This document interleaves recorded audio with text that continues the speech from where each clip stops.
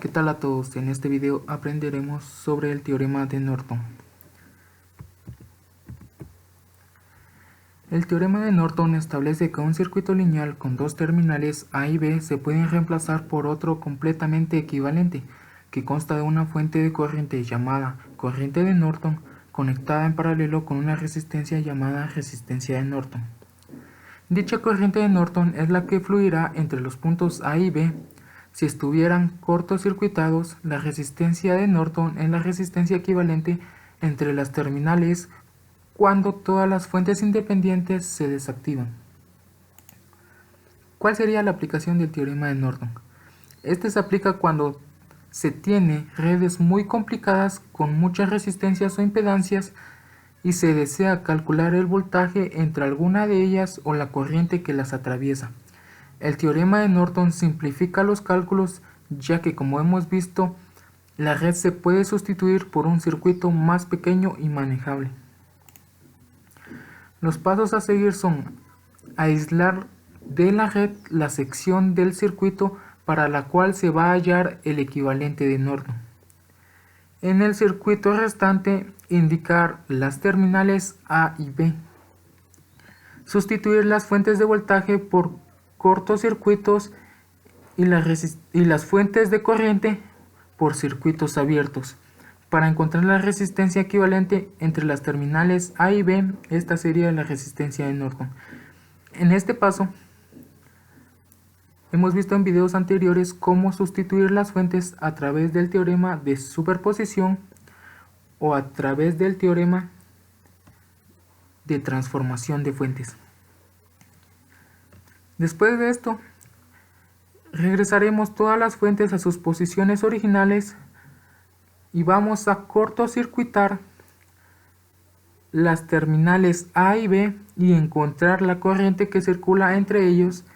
Esta sería la corriente de Norton. Por último, dibujaremos el circuito equivalente de Norton de acuerdo a lo indicado en la figura 1.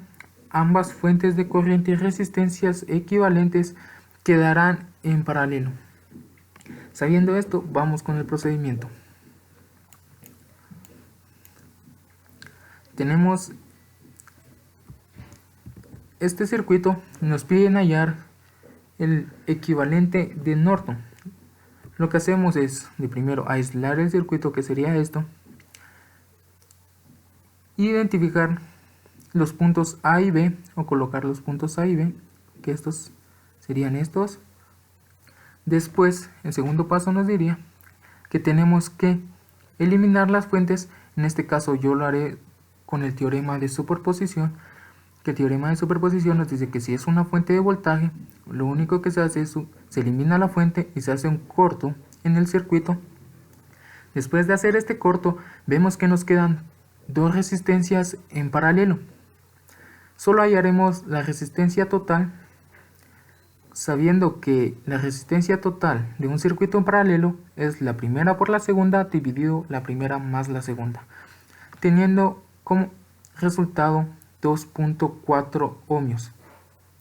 Esto sería la resistencia de Norton. El segundo paso es regresar las fuentes y las resistencias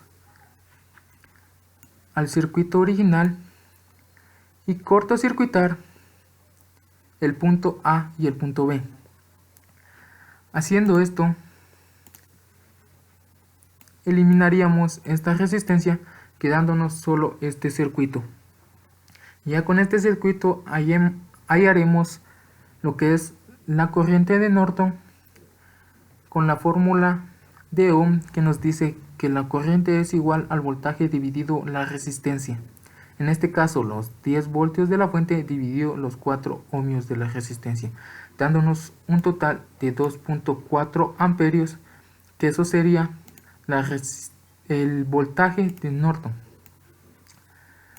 Después de haber hallado esto, lo único que tenemos que hacer es dibujar el equivalente de Norton a través de la fuente de Norton que hallamos y la resistencia de Norton que hallamos también. Esta fuente de corriente va a tener el valor de la fuente o de la corriente de Norton, teniendo el mismo sentido que tenía la fuente de voltaje. La resistencia será el valor de la resistencia de Norton que hallamos, sabiendo que la fórmula nos dice que la corriente y la resistencia quedarán en paralelo. Teniendo esto, este sería el circuito final